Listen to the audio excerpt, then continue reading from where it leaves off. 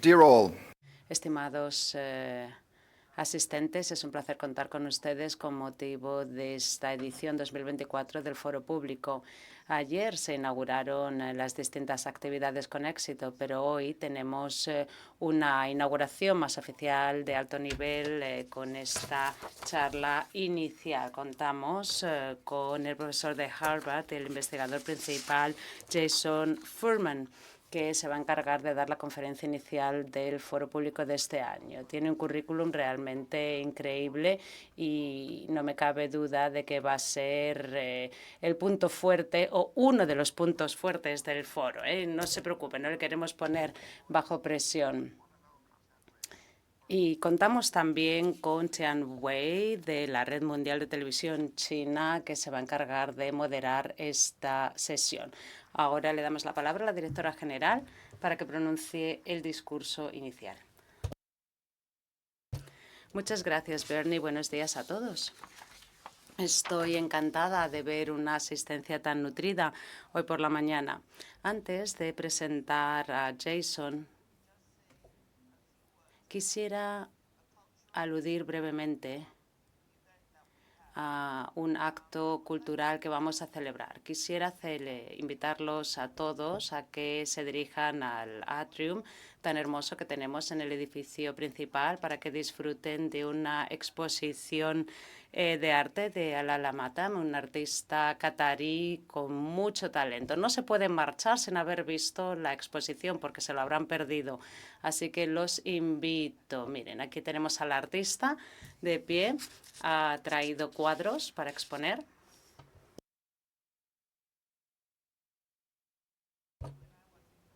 Cuando fui a Qatar tuve la suerte de disfrutar de su trabajo y pensé, bueno, tenemos que darle repercusión y mostrar este trabajo también a nuestro público.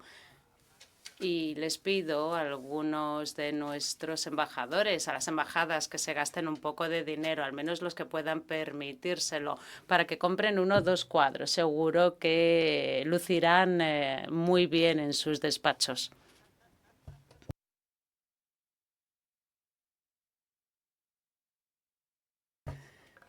Bueno, reitero mi más cordial bienvenida, excelencias, señoras y señores. Estoy feliz de estar aquí con ustedes, pero sobre todo estoy encantada de poder contar con el catedrático Jason Furman.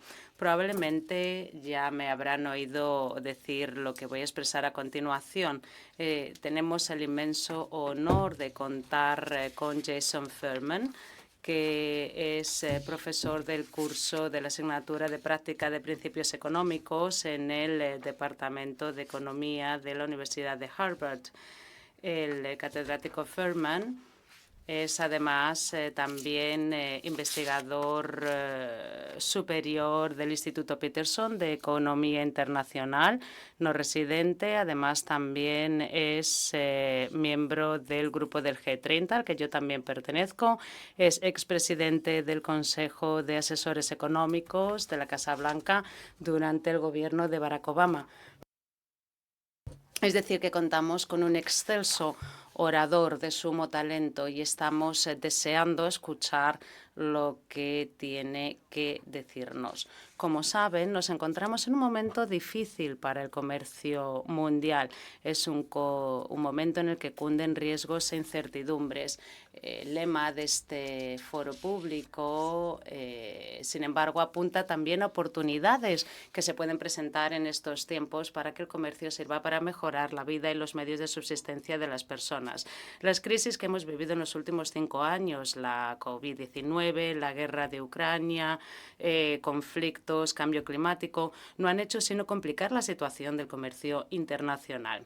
Por una parte, han puesto de manifiesto vulnerabilidades en las cadenas de suministro mundiales. Hay perturbaciones y retrasos vinculados a la escasez de productos y a la subida de los precios. La inflación volvió a los países avanzados, a las economías avanzadas, después de decenios, y el comercio comercio, que durante tiempo fue un elemento deflacionista, se percibió como parte del problema.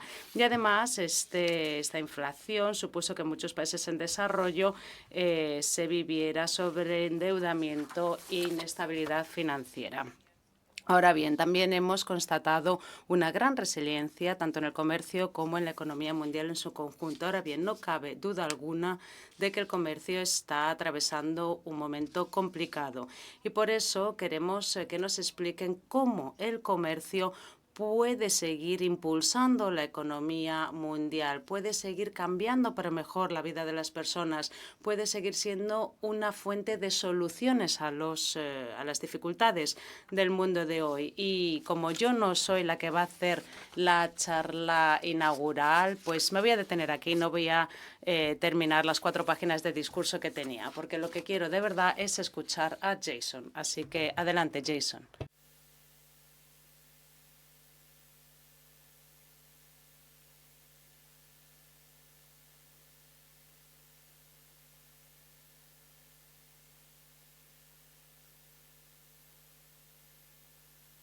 La intérprete se disculpa, pero no podemos oír al orador.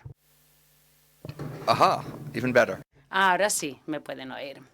Doctor Angosi, es un honor enorme para mí estar aquí. Es la primera vez que vengo a la OMC y hay un cociente de 101 con respecto al Banco Mundial y al FMI. Así que confío que este cociente de visitas se pueda mejorar en los próximos años.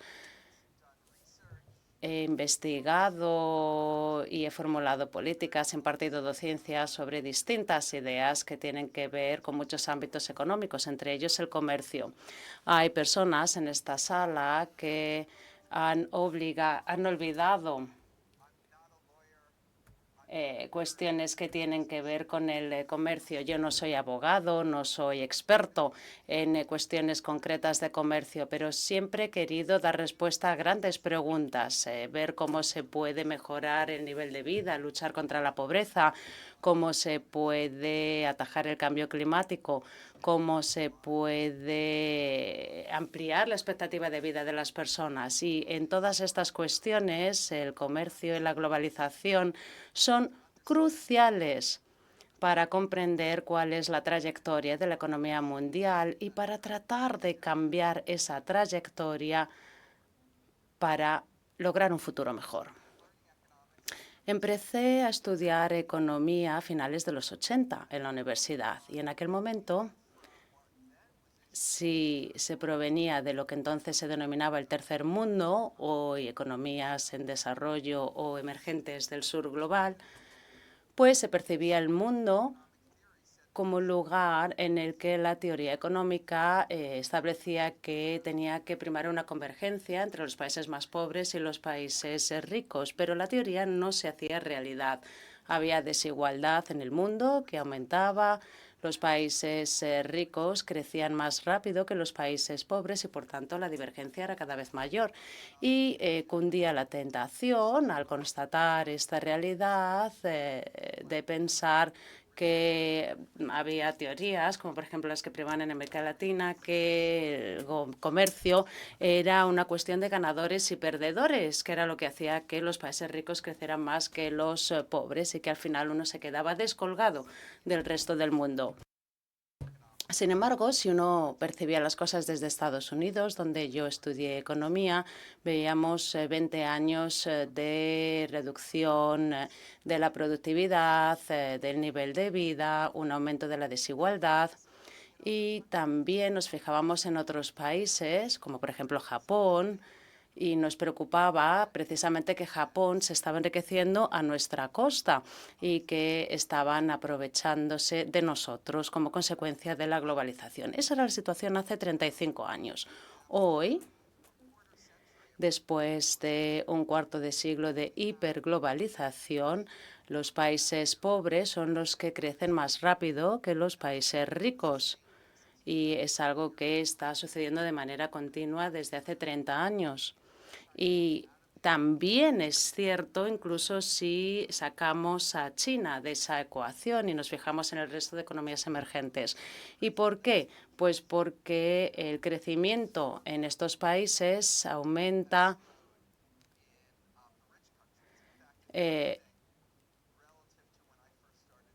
no porque haya descendido la productividad per cápita en los países avanzados, más bien al contrario, ha aumentado sobre todo en la frontera económica, como por ejemplo en Estados Unidos.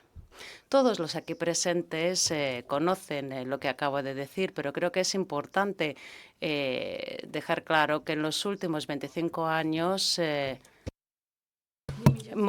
millones de personas han salido de la extrema pobreza.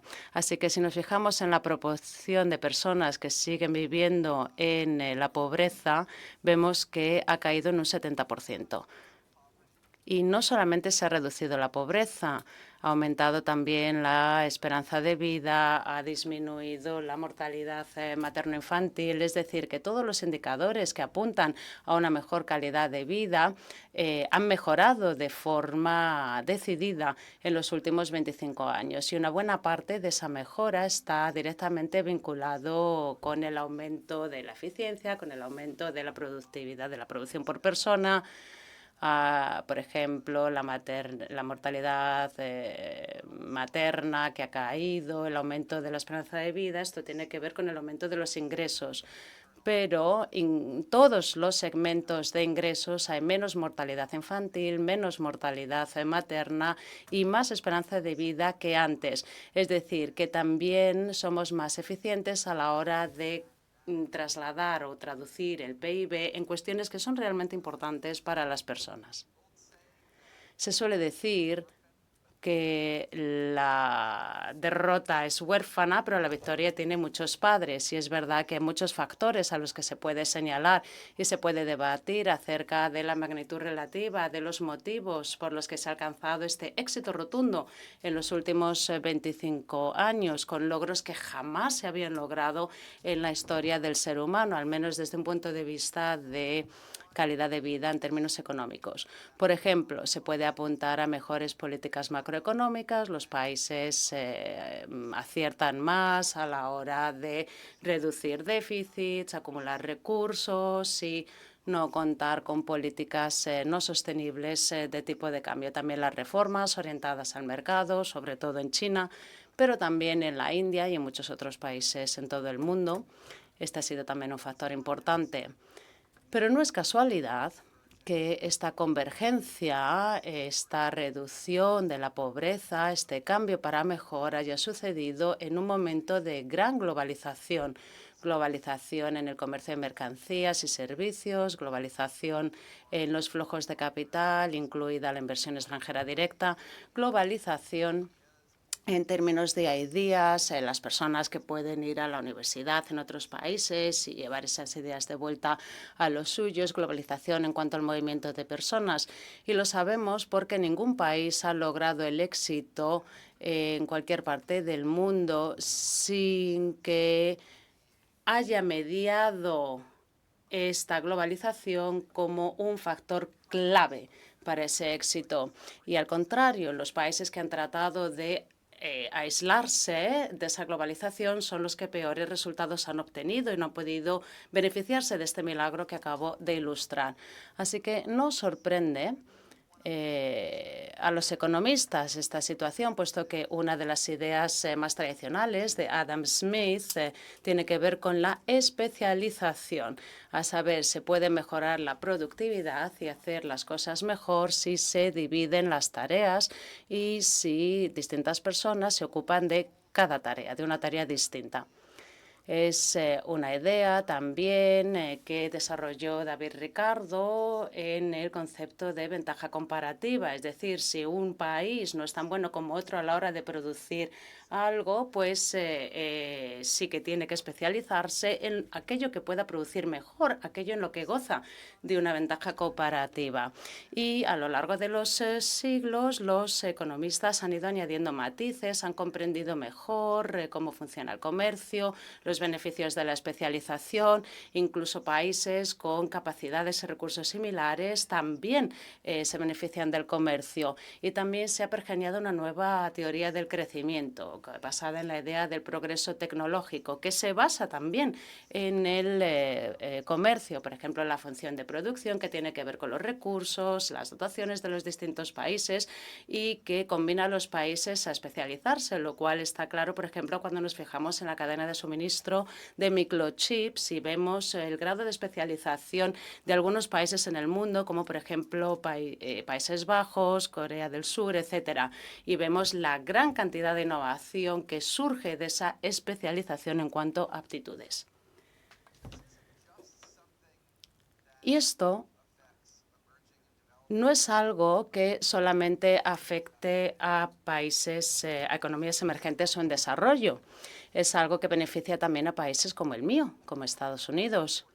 Nos conviene en el ámbito de las exportaciones, puesto que aquellos puestos de trabajo ligados a la exportación reciben mejores sueldos. También ha habido avances en la productividad que están vinculados precisamente con el comercio mundial, crucial para que crezcan los sueldos y para que sigan aumentando los sueldos sin que se incurra en inflación. Desde el punto de vista de los consumidores, el trabajador medio en Estados Unidos ha ganado más de un 25% en poder adquisitivo gracias al comercio. El comercio, además, no afecta solamente a los precios, sino que se trata también de la gran variedad, por ejemplo, de alimentos, de frutas, verduras, de otros productos que se pueden a los que se puede acceder, productos y servicios que ofrecen calidad e innovación. Y estamos hablando sobre todo del trabajo, en este caso del trabajador medio, pero si nos fijamos en el segmento más bajo del mercado laboral, se benefician aún más del comercio en cuanto a calidad de vida, porque las mercancías suponen una proporción mayor de su gasto y por el precio más bajo de aquello que se importa en muchas ocasiones. Y por tanto el comercio es beneficioso también para este segmento de la población. Es algo de lo que hablaré también después. Es decir, que tenemos 25 años que han sido milagrosos para muchas economías en desarrollo, para muchas economías emergentes, aunque muchas siguen rezagadas y no han avanzado lo suficiente, que es algo también de lo que tenemos que conversar. Y esto ha supuesto, pero esto, como digo, ha supuesto también un beneficio, una ventaja en países como Estados Unidos. Dicho eso, paradójicamente, nos hemos desviado de forma radical y clara de la globalización precisamente cuando nos estaba ofreciendo las pruebas más evidentes de éxito. Y precisamente ahora es cuando se corre el riesgo de revertir esa tendencia. Así que, por un lado, hemos obtenido este logro extraordinario al mismo tiempo que se produce un rechazo sustancial. Y en lo que resta de mi conferencia voy a explicar por qué ha habido siempre un rechazo frente al comercio, por qué es especialmente grave ese rechazo a día de hoy y también cuáles son las consecuencias para el futuro de esta situación y, por último, qué podemos hacer al respecto. En primer lugar, entonces, ¿por qué el comercio siempre se ha enfrentado a estas reticencias, a estas resistencias? Yo he estudiado los beneficios económicos de muchos fenómenos y vemos, sin embargo, que a pesar de que esos beneficios son claros, el sistema político no sigue los consejos de los economistas. ¿Por qué? Pues por dos motivos. En primer lugar, a la gente quizás no les gusta un determinado elemento porque no lo entienden. Y en ese caso, lo que cabe hacer es explicar ese fenómeno mejor. Y confío en que esta charla se emita al mundo entero. Y espero que todo el mundo lo esté viendo, aunque quizás esto no sea así. En ocasiones, la oposición a ciertos fenómenos no surge porque la gente no entienda el fenómeno y haya que explicarlo mejor, sino porque entiende cómo funciona, pero hay una serie de intereses especiales, de intereses creados que no se ven beneficiados por ese fenómeno o quizás porque los economistas están pasando algo por alto. Y en este caso, bueno, pues se da una combinación de los tres factores. Por una parte, los economistas pasan por algo de este fenómeno tradicional de la globalización. No creo que sea un factor de peso, pero después volveré a él. Por otra parte, creo que hay intereses creados, intereses específicos que consideran que sus intereses específicos no se ven beneficiados por una mayor globalización. Y si a esto le subamos todos los malentendidos o la falta de comprensión que existe, pues no cunde el apoyo del público. Por ejemplo, hay una empresa japonesa, Nippon Steel, que ha propuesto adquirir la compañía de acero estadounidense US Steel. Como experto en el sistema político estadounidense, sé que es una buena idea y coinciden conmigo incluso los más proteccionistas. La empresa de acero estadounidense necesita liquidez, necesita inversión y esta adquisición dará la inversión suficiente como para que la empresa estadounidense pueda cumplir los compromisos asumidos con sus trabajadores. Y además la empresa seguirá estando en Estados Unidos. Y a pesar de ello, tanto el gobierno como el candidato del partido en la oposición se oponen a esta adquisición. Quizás, no estoy convencido, pero quizás sea porque el sindicato es consciente de que lo mejor sería que la empresa de acero estadounidense siga siendo de titularidad estadounidense, aunque esto resulte mucho más caro para todos los demás. Pero al final proteger a un pequeño grupo de personas a costa de todos los demás, no es algo que se pueda contrarrestar o contra lo que se pueda argumentar si el resto de las personas no entiende realmente cuál es la situación. Y ahí vemos precisamente el vínculo que existe, cómo se relacionan esos intereses específicos con una falta de comprensión acerca de la situación a nivel general. Así que tenemos que disipar todos estos mitos, todas estas tergiversaciones que han surgido en torno a la globalización, al gobierno. Ahora, no tengo suficiente tiempo para ello, así que voy a aludir simplemente a los 5 malentendidos que me parecen más importantes. Una buena parte de ellos comparten la característica de que contrarrestan los argumentos que se esgrimen en contra del gobierno. Y me parece importante porque los que se oponen al comercio al final no hacen sino esgrimir argumentos de poco peso. Por eso quizás lo que yo voy a decir hoy no son los argumentos que contrarrestan las críticas más legítimas, sino los argumentos más espurios, que son los que no hacen sino esgrimir los que critican el gobierno. Imaginemos que inventamos una máquina que hace crecer habas de soja. Esas habas de soja se convertirían en coches y nadie tendría temor ni dudas acerca de esta máquina. Pero algunos trabajadores se perderían su puesto de trabajo por culpa de la máquina. Pues algunos dirían que mala suerte, es una situación lamentable, pero no suscitaría ningún fervor, ninguna pasión. Bueno, pues el comercio, digamos, que lo que hace es desplazar ese contenedor a Japón, a Corea, pero la situación es análoga, aunque el razonamiento de las personas acaba siendo muy diferente. En segundo lugar, hay una serie de malentendidos o de errores en términos macroeconómicos. Por ejemplo, que los déficits comerciales son nocivos, que el déficit comercial elimina puestos de trabajo y que, pues hay una serie de medidas que son injustas.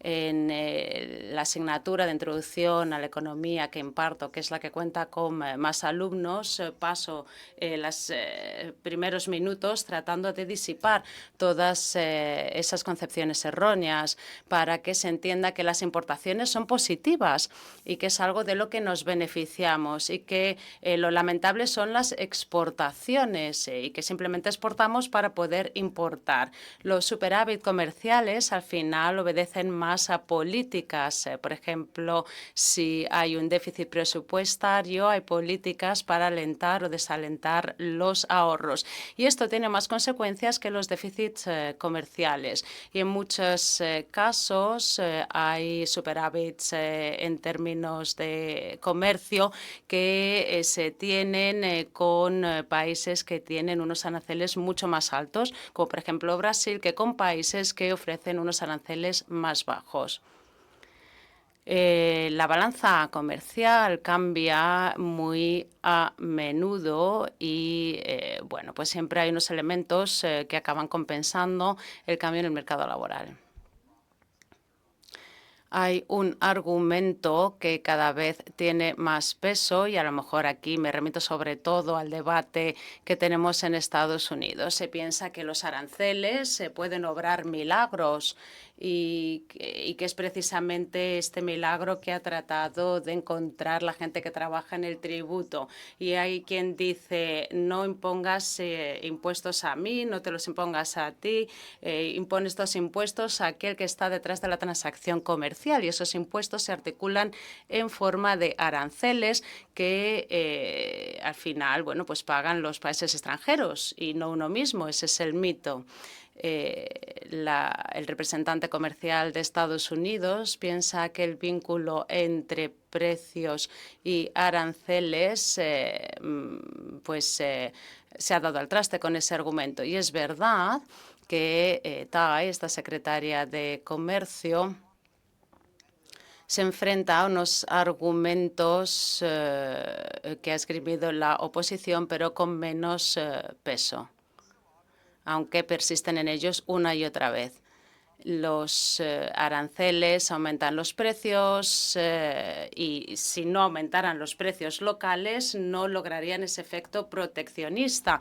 Y no solamente eso, sino que si el país al que se han impuesto los aranceles acaba imponiendo aranceles también como medida de retorsión, pues al final los precios se encarecen mucho más.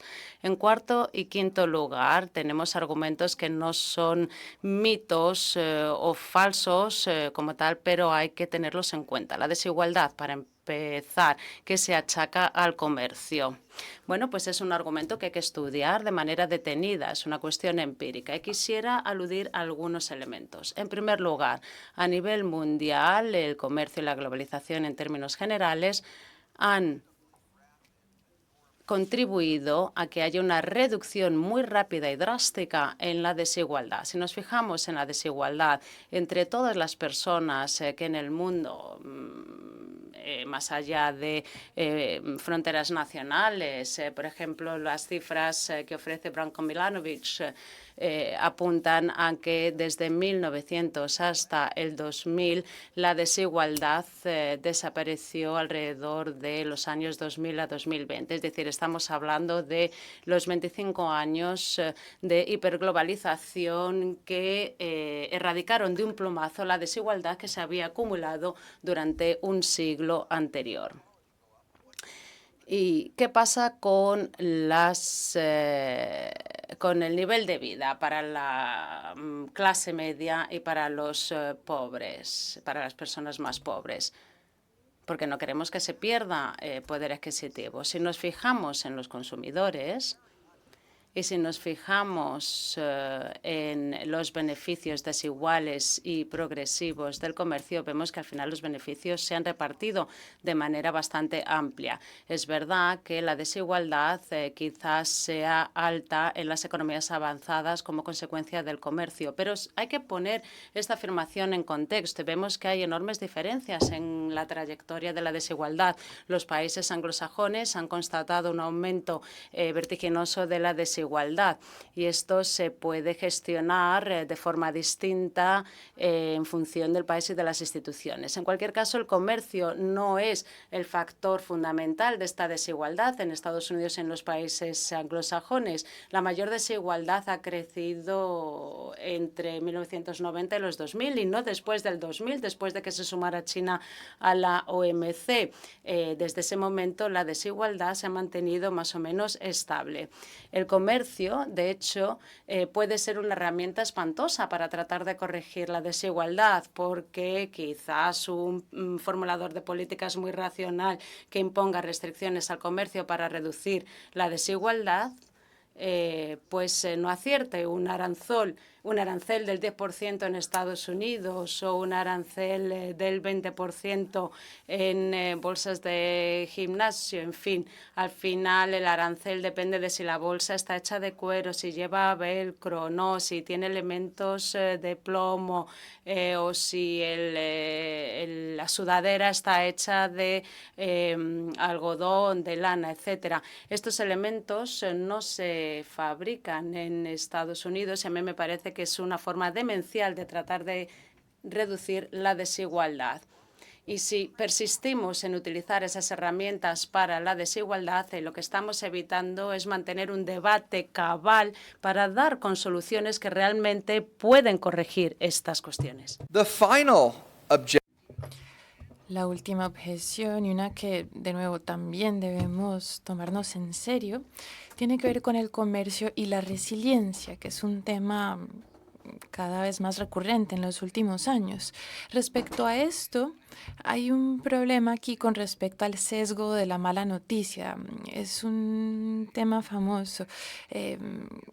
Nadie abrió el periódico hoy para leer la noticia de que anoche 10.000 aviones aterrizaron de manera segura. Lo único que leemos en los titulares son las malas noticias cuando hay un accidente de avión. Yo creo que las cadenas de suministro durante la COVID se comportaron de manera milagrosa y esto no habría sido posible sin la globalización. Hubo algunas debilidades en marzo de 2020 y en otros países de Estados Unidos en donde había escasez de mascarillas, en otros países del mundo, perdón, donde había escasez de mascarillas. Fue angustioso ver cómo los profesionales sanitarios de primera línea en los hospitales tenían que reutilizar sus mascarillas y ese periodo duró lo que pareció una eternidad, pero en retrospectiva fueron solo algunas semanas. Y el problema finalizó porque logramos importar muchísimas mascarillas a Estados Unidos desde China, mascarillas también producidas en todo el mundo. Fue la globalización lo que nos permitió resolver el problema. Hubo problemas con las cadenas de suministro, pero el principal problema que tuvieron las cadenas de suministro fueron los estímulos fiscales en las economías avanzadas que llevaron a las personas a comprar mucho más que lo que querían anteriormente. En junio de 2020, los estadounidenses estaban comprando 10% más productos del consumidor que lo que estaban comprando antes de la pandemia. En medio de una pandemia está aumentando el consumo. En 2021 los estadounidenses estaban comprando 25% más bienes durables que lo que habían comprado en el año 2019. Y esto jamás habría pasado sin la globalización. Hubo un incremento en el déficit comercial en razón de ello. Esto ha llevado a cambios en la producción mundial. Ha habido mucha preocupación con respecto a China en este sentido, porque ellos producen 90-95% de los bienes en el mundo. ¿Qué pasaría si incrementaran las tensiones geopolíticas? O si ocurriera una situación así. Hay una serie de complejidades con respecto a la resiliencia, pero yo no creo que al concentrarnos en estos aspectos debamos perder de vista la gran resiliencia que hemos logrado justamente como consecuencia de la globalización. Entonces están estos 5 aspectos. El comercio es diferente de la tecnología, los déficits en el comercio son malos, los déficits en el comercio son buenos, hay inequidad, los aranceles los pagan los países pobres, los aranceles son la solución a la desigualdad y el comercio genera falta de resiliencia, en fin. Creo que hay muchos malentendidos y todos estos se suman al hecho de que hay personas que sí entienden correctamente. Hay intereses creados. Tenemos que tener claro que muchas veces el comercio, los acuerdos comerciales no solamente tienen que ver con la libertad de movimiento, sino con la restricción de ciertas formas de comercio. Por ejemplo, yo siempre fui un gran promotor del TPP, la Alianza Transpacífica, cuando trabajé en la Casa Blanca, pero no era fanático de las disposiciones sobre propiedad intelectual de las farmacéuticas que me parecía que se excedían y que muchas veces restringían el comercio de farmacéuticos en lugar de promoverlo. Eh, Llegué a esto, o más bien llegamos a esto, no por un análisis, sino por intereses políticos. Entonces, no todo lo que parece ser globalización y libre comercio lo es, y ciertas voces pueden tener un impacto desproporcionado respecto a cómo se crean estos acuerdos, cómo se logran estos acuerdos, y eso tiene una cierta legitimidad. Los últimos 3 temas que quería tocar serán más breves que el primero. El siguiente tema que quería tratar es ¿por qué ahora? La globalización llegó a un auge y luego hubo un golpe contrario. Hay mucho escepticismo contra el comercio en Estados Unidos. Esto es algo que yo no recomiendo. Se podría convertir en una autarquía, pero sería una autarquía menos peor que lo que pasaría en otros países. Podríamos alimentarnos a nosotros mismos, todavía tendríamos petróleo, quizás podríamos descifrar cómo hacer vehículos. Si Suecia se convirtiera en una autarquía, casi todos los trabajadores se quedarían sin empleo y seguramente se morirían de hambre al cabo de 1 o 2 años. Así que no es ninguna sorpresa que los estadounidenses puedan tener estas fantasías proteccionistas que no se pueden permitir los suecos, porque las desventajas existen para Estados Unidos, pero serían mucho peores para, por ejemplo, Suecia.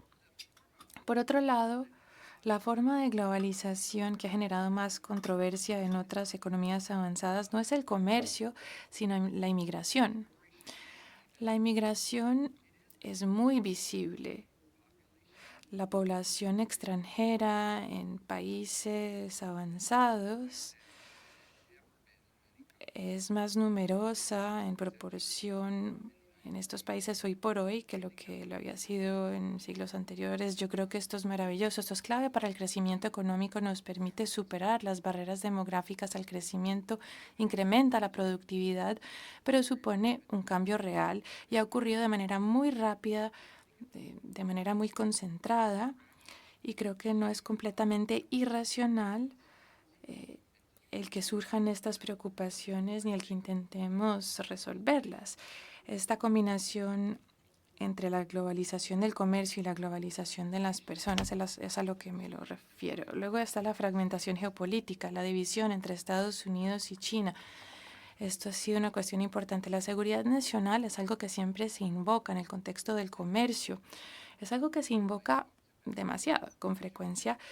Yo hablaba de la empresa siderúrgica japonesa que quería comprar la empresa siderúrgica en Estados Unidos. Esto se puede bloquear por razones de seguridad nacional. Es un argumento absurdo ante un aliado tan cercano como lo es Japón. Hay argumentos que ha traído a colación el gobierno de Trump, que ha reiterado el gobierno de Biden sobre el acero que proviene de países aliados, pero solo porque algunos argumentos son fallidos cuando se trata de seguridad nacional no significa que todos los argumentos sobre seguridad nacional lo sean. Estados Unidos, por ejemplo, restringe el comercio con Rusia de manera dramática. Nadie va a decir que esto se ha hecho para incrementar el empleo en Estados Unidos, incrementar la manufactura en Estados Unidos, etcétera. Nadie hace argumentos económicos sobre esto, plantean argumentos de seguridad nacional como respuesta a la invasión de Rusia en Ucrania. Estos aranceles, si algo, le imponen un costo a Estados Unidos, pero es un costo que el gobierno ha decidido asumir y es una decisión válida en aras de la seguridad nacional. Con respecto a China, está la seguridad nacional, pero esto se ha confundido con otros argumentos respecto a cómo aumentaría el empleo, mejoraría el déficit comercial, etcétera. Y a mí me preocupa qué tan racional pueda ser esta reflexión. ¿Vale la pena pagar este costo a favor de la seguridad nacional? Si estas restricciones sobre el comercio pueden tener un beneficio, entonces, ¿por qué no adoptar este tipo de medidas de manera ilimitada? No habría que limitarlas. Finalmente, soy sensible a lo que hemos visto en Estados Unidos, en donde vivo, pero esto no quiere decir que el resto del mundo sea inocente. Las economías emergentes y en desarrollo que se han beneficiado sobre todo de la globalización, también ha habido un retroceso. No sé cuáles han sido las causas, pero quizás esto se deba a un cierto grado de imitación y a que ciertos países están dando un mal ejemplo. Pero bueno, también puede que tenga que ver con estas malas interpretaciones y estos intereses creados. ¿Cuáles son las consecuencias? No quiero plantear un panorama muy sombrío. Es fácil decir que todo tiempo pasado fue mejor y que todo tiende a empeorar. Durante toda mi carrera se ha hablado del fin de la globalización. Sin embargo, yo creo que la globalización es más como una margarita que como una orquídea. Las margaritas resisten todo, las orquídeas son más sensibles, hay que alimentarlas con cuidado, darles las condiciones propicias. El comercio es como una margarita porque los beneficios son enormes. Los beneficios del comercio justamente son la razón por la cual el comercio es tan fuerte, tan resistente. Parte de esto lo vemos ahora. La desglobalización que hemos visto ha disminuido el volumen del comercio, pero también ha habido mucha desviación del comercio. Estados Unidos y China comercian menos y esto ha abierto oportunidades para que Vietnam, Indonesia, India, entre otros países del mundo, comercien. Ha generado oportunidades para las llamadas potencias medias, tanto a nivel de políticas como a nivel de la especialización de la producción, y quizás han sacado provecho los competidores para negociar mejores acuerdos. Así que yo no creo que este es el fin del mundo, tampoco creo que sea el fin de la globalización. Hay mucha resiliencia. Sin embargo, debemos hacer todo lo posible por promoverla, por sacarle más partido. Y quiero proponerles algunas ideas para que quizás las debatamos en nuestra discusión. Lo primero es, frente a lo que se puede hacer, las ideas son importantes. No podemos enfrentarnos al retroceso que hemos visto sin que haya una gran confusión, sin que haya lugar a explicaciones. El Reino Unido no hubiera podido deshacerse de las leyes sobre el maíz si no fuera por las ideas de Smith, de Ricardo. Las ideas son importantes. Aquí quizás tengo mi sesgo porque yo enseño estas ideas, pero lo creo firmemente también. Por otro lado, los países más allá de Estados Unidos y de la China pueden hacer muchas cosas. Ambos lo dijo ayer, pueden ampliar el comercio entre sí, pueden negociar mejores acuerdos con Estados Unidos y con China también. En tercer lugar, no podemos avanzar sin que Estados Unidos y China avancen. Se ha hablado de los problemas que tenemos en Estados Unidos. China tampoco es un actor inocente. Ellos también han impuesto una serie de restricciones al comercio. Eso no quiere decir que las contramedidas no sean válidas.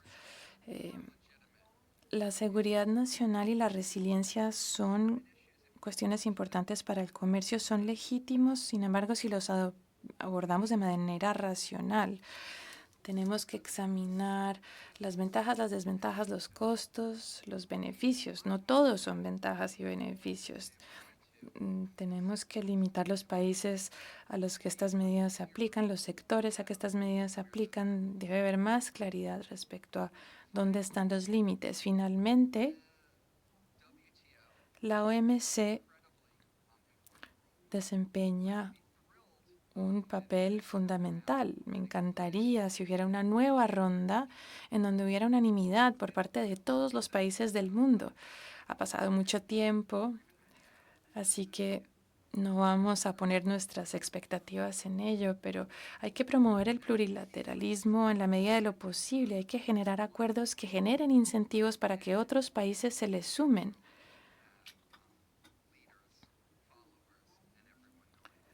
Para que todos los líderes y los seguidores vayan por el mismo camino. Y quiero concluir diciendo que No hay que disculparse por la globalización. Hay desventajas, hay países que no han participado, pero en términos generales, en muchos siglos vamos a mirar la historia y vamos a ver que esto permitió reducir la pobreza, mejoró el nivel de vida.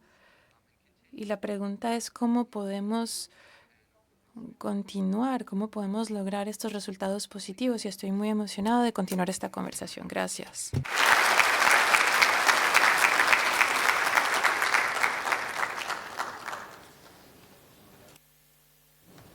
Thank you so much. Muchísimas gracias, Jason, por esta hermosa charla. Me dan ganas de ser alumna suya para poder escucharle hablar sobre los principios de la economía.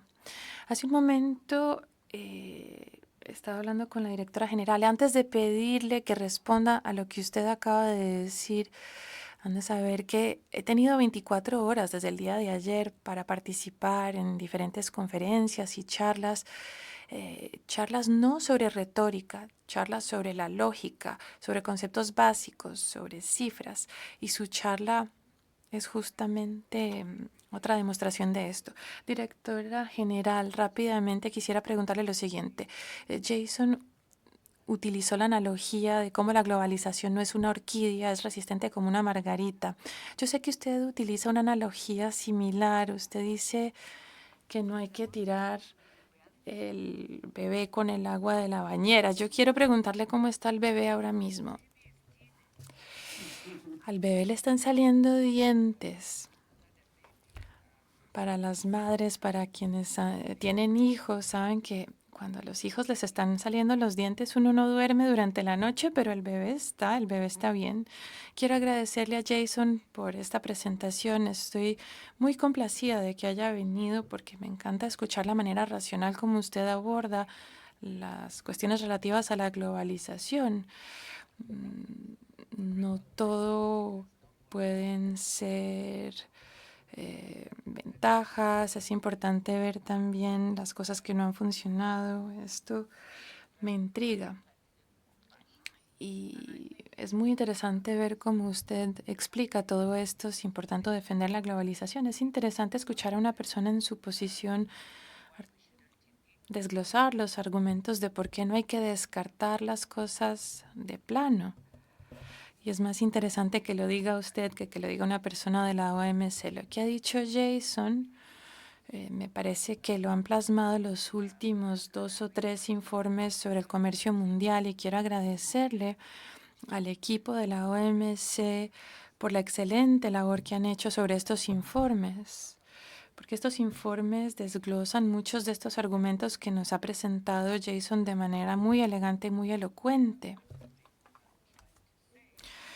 Usted ha dicho lo que llevamos años tratando de decir, a saber que la globalización es una lástima que hayamos olvidado que quienes tomaron la decisión de crear el sistema comercial multilateral pensaron que iba a lograr algunos de estos beneficios que mencionaba Jason y hemos dejado todo eso atrás. Es muy bueno que nos lo recuerden. Estoy de acuerdo con usted, con lo que mencionaba usted sobre los argumentos intelectualmente coherentes, lo dijo usted muy bien.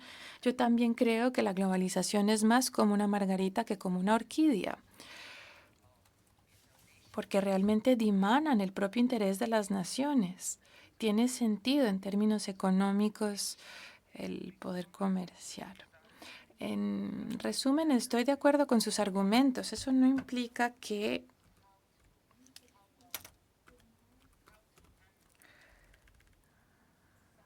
sepamos cómo atender algunos de estos argumentos. ¿Cómo podemos hacerlo sin parecer autocomplacientes o como que estamos a la defensiva? ¿Cómo podemos luchar contra los intereses creados que se manifiestan en estos argumentos? Por otro lado, una cuestión que debemos abordar es que debemos reconocer que no todos han participado en los beneficios del comercio. Jason lo mencionó. por eso publicamos el tercer informe sobre comercio mundial para reconocer esto.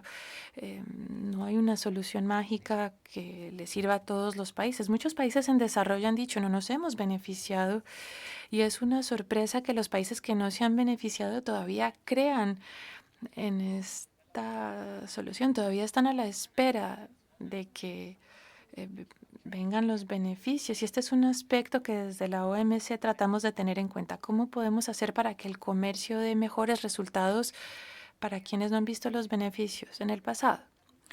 Tianmei, gracias. 2/3 de los miembros de la OMC son países en desarrollo. Por eso es tan interesante su comentario. Ahora, quisiéramos hacerle algunas preguntas específicas. Los aranceles unilaterales son una cuestión que se menciona mucho en los corredores, en la cafetería de la OMC. Yo quisiera preguntarles a ambos cuál es su perspectiva sobre este fenómeno y esto qué implica para el sistema internacional comercial que es la OMC. ¿Cómo se puede superar ese debate inmediato? Quizás le doy la palabra primero a Jason y luego le daré la palabra a la directora general. Adelante, profesor Furman. Gracias. Hay circunstancias específicas y muy limitadas en las cuales esto puede tener sentido, por ejemplo, en torno a la seguridad nacional, pero por eso es que es tan importante delimitar estas situaciones cuidadosamente, explicar estas situaciones con transparencia y no extralimitarse. Si hablamos de algo como los aranceles generales, en cualquier país del mundo, el argumento macroeconómico no tiene sentido. La cantidad de daños que esto podría generar para el sistema comercial mundial es muy real.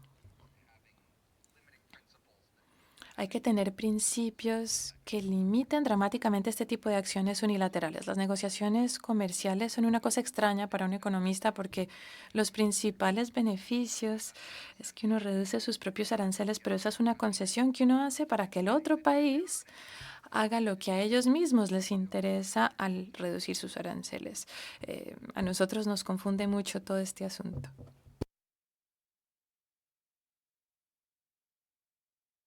Creo que una de las cuestiones que tenemos que atender en la OMC efectivamente es esto de la seguridad nacional. A medida que reformamos el sistema de solución de diferencias, y veo que el embajador Osha está aquí adelante, el embajador es responsable por gestionar este proceso, han de saber que este es un ámbito difícil y que debemos atender. Debo decir que cada país sabe cuáles son los intereses superiores para su seguridad nacional. Cada país sabe qué es lo que le corresponde, pero la seguridad nacional es un tema complejo. Yo vengo de un país en desarrollo y ¿qué nos importa la seguridad nacional? Nos importa más la educación.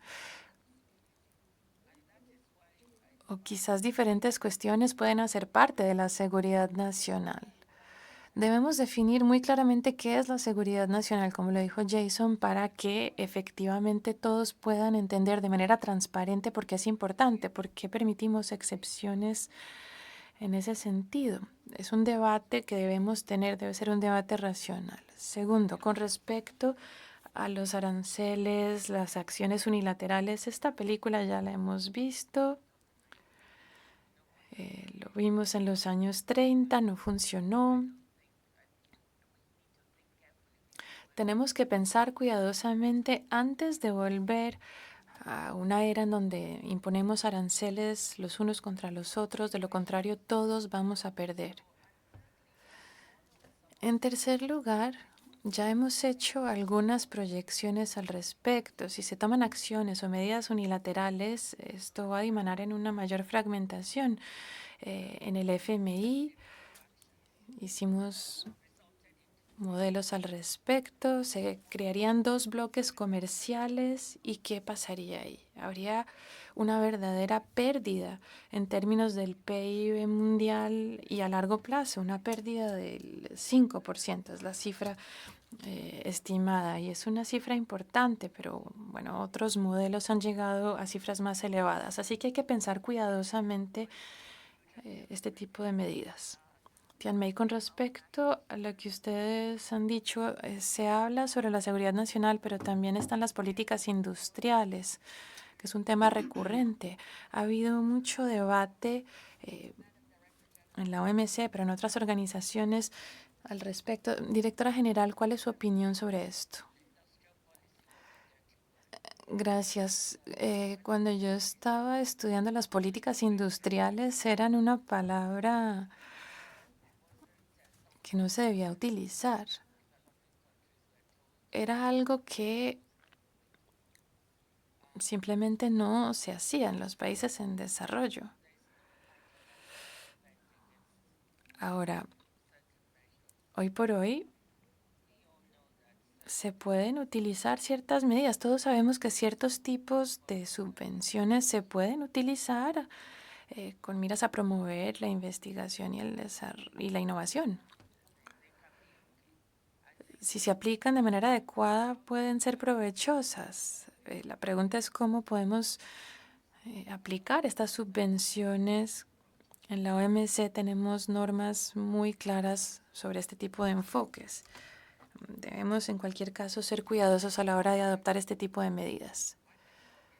Furman, yo creo que lo que hemos hecho en Estados Unidos en términos de la ley sobre chips, lo que hemos hecho en términos de cambio climático e infraestructura, yo creo que todas estas medidas han sido positivas y yo las apoyo. No todos los argumentos han sido sólidos, sin embargo, y esto vuelve a la cuestión de las disyuntivas. Si se hace más de una cosa, se hace menos de otra y hay que comparar las ventajas y las desventajas o los costos y los beneficios. No podemos pensar que todo van a ser beneficios. Por otro lado, hay que pensar en el clima. Si Estados Unidos aplica más subvenciones, esto genera retos para el resto del mundo, pero si los demás países también van a utilizar las subvenciones y si hay externalidades a bajos precios en términos del carbono, pues no es una carrera idónea, pero no es lo peor que puede pasar.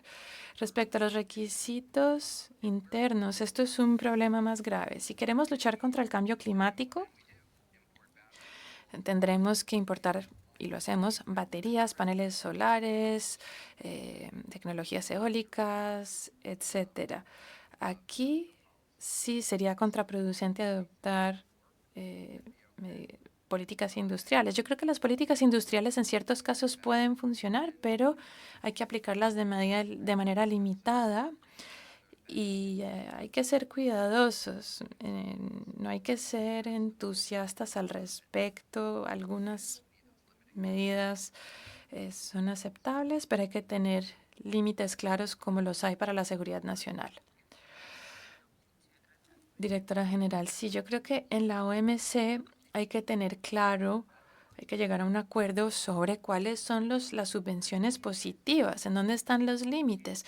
Y es porque, como lo decía Furman, los países en desarrollo tienen poco espacio fiscal para competir. Si pasamos a una carrera en el ámbito de las subvenciones, va a haber mucho escepticismo sobre si este sistema funciona para ellos o no. No es una cuestión ideológica.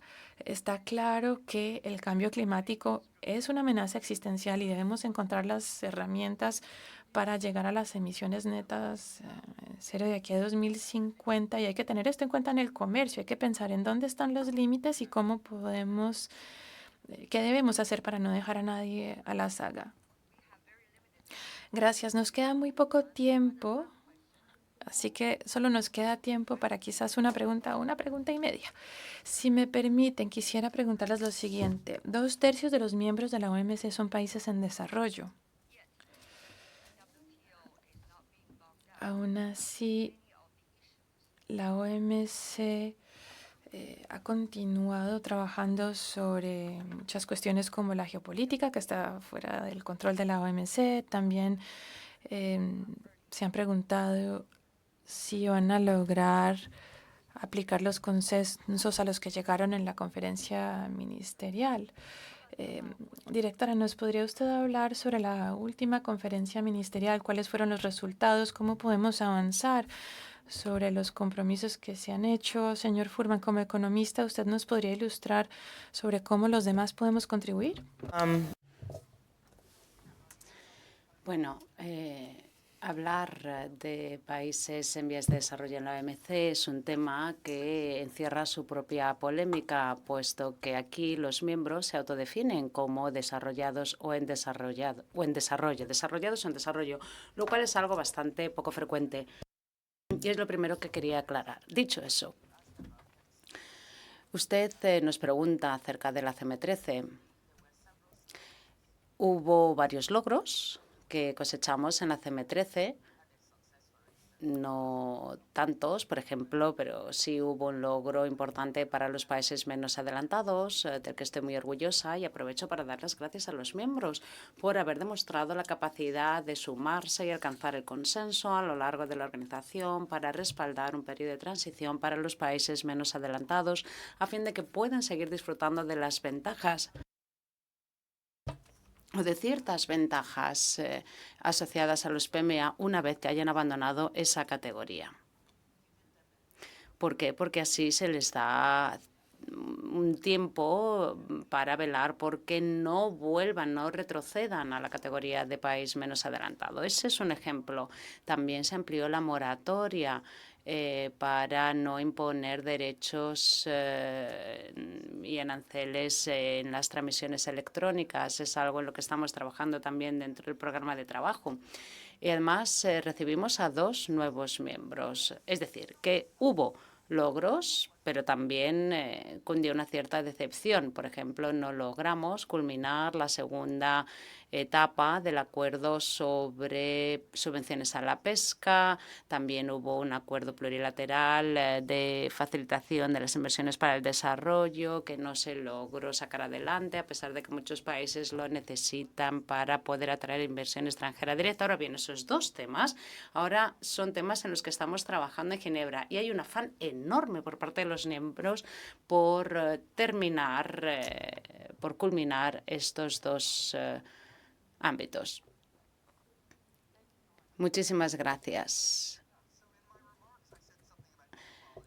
Yo en mi charla he hablado de la desigualdad en Estados Unidos y es verdad que quizás el comercio haya contribuido, pero las restricciones al comercio no son la medida adecuada para corregir esta situación y, de hecho, el persistir en ellas evita que se mantengan debates para alcanzar soluciones más cabales. Con respecto a los países en desarrollo que achacan que el sistema mundial del comercio es injusto y que precisamente está sesgado por lo que no han podido disfrutar del éxito que han cosechado otros países, pues quisiera decir que cuando nos fijamos en aquellos que quedan rezagados del sistema mundial, es cierto que hay algunos argumentos que son ciertos, pero se puede cambiar hasta cierto punto. Entonces, simplemente quejarse o insistir una y otra vez en quejas acerca del sistema mundial, pues evita que se mantengan conversaciones acerca de cómo reforzar la transparencia, de cómo cambiar cuestiones macroeconómicas para que se puedan cosechar más éxitos derivados del sistema mundial del comercio y para que ese sistema mundial nos sirva y tenga un efecto más importante también en las políticas y en las normativas internas. Lo que tenemos que tener claro es que, bueno, el sistema mundial es el que es y tenemos que aprovecharlo al máximo. Y tenemos que fijarnos en aquellos países que lo han aprovechado al máximo y que han podido prosperar sobremanera gracias a ello. Dicho eso, el sistema mundial, por supuesto, no es perfecto y se tiene que reclamar mejoras, pero no se puede simplemente uno enconarse en esos debates evitando conversaciones que nos permitan lograr soluciones. Y no se pueden persistir en políticas que simplemente repriman el desarrollo de ese sistema mundial. Me he dejado un comentario en el tintero, me lo he dejado para el final más bien. Una de las reformas más importantes en la organización tiene que ver con el sistema de solución de diferencias. Es también una reforma que no se terminó, que no se acordó en la CM13, pero es una reforma en la que estamos trabajando según el cometido que nos encomendaron los ministros. Ahora bien, quisiera dejar claro que es falso esgrimir que el sistema está paralizado, que no funciona en absoluto. Y puesto que esta sesión se está retransmitiendo en directo, quiero que todo el mundo sepa que la instancia de grupos especiales, que es la primera instancia en la que se dirimen diferencias, sigue funcionando y además está potenciando formas creativas en las que los miembros pueden resolver esas diferencias sin tener que pasar por todo el sistema en su conjunto. Es verdad que el órgano de apelación está es precisamente el elemento cuya reforma se está negociando en estos momentos, pero el resto del sistema funciona. En cualquier caso, lo importante es que la globalización deje sentir sus beneficios de forma más amplia. Precisamente se nos ocurrió por eso ese lema de reglobalización, para incorporar a aquellos que se han quedado marginados, para que el comercio sea más incluyente. Por ejemplo, las cadenas de suministro han dado unos resultados muy buenos. Es algo a lo que Jason también ha aludido.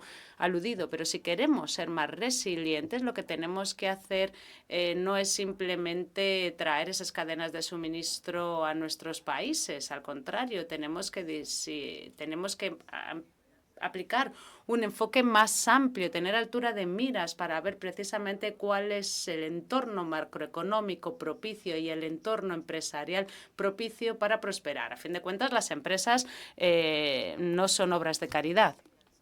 Y tenemos que reforzar de esa manera la resiliencia de las cadenas de suministro. También otro tema, las regiones más pobres que están rezagadas, por ejemplo, en materia de tecnología, también en materia de comercio. Bueno, pues precisamente se pueden atraer cadenas de suministro para paliar esta situación. Se tiene que dialogar con el sector privado para ver cómo se pueden reorganizar las cadenas de suministro. Y es algo que ya se está haciendo y que está dando resultados. Minerales críticos, por ejemplo. Dejemos simplemente de extraer esos minerales de países en desarrollo, minerales que después se procesan en otro lugar. Creemos una cadena de valor de la que participen también los países en desarrollo. Bueno, pues estamos llegando al término de nuestra sesión, casi dentro del tiempo que teníamos establecido, pero hay algo que todavía no hemos dicho y que es importante. Perdón, hay algo que se ha dicho que creo que es muy importante, que es que el público entienda de qué estamos hablando. Y esta conferencia inicial que se pronuncia en el segundo día del foro se ha organizado de esta manera porque en el primer día se apostó porque se oyeran más voces, una multiplicidad de puntos de vista, y mientras que hoy se daba el pistoletazo de salida con carácter más oficial. Muchísimas gracias a todos.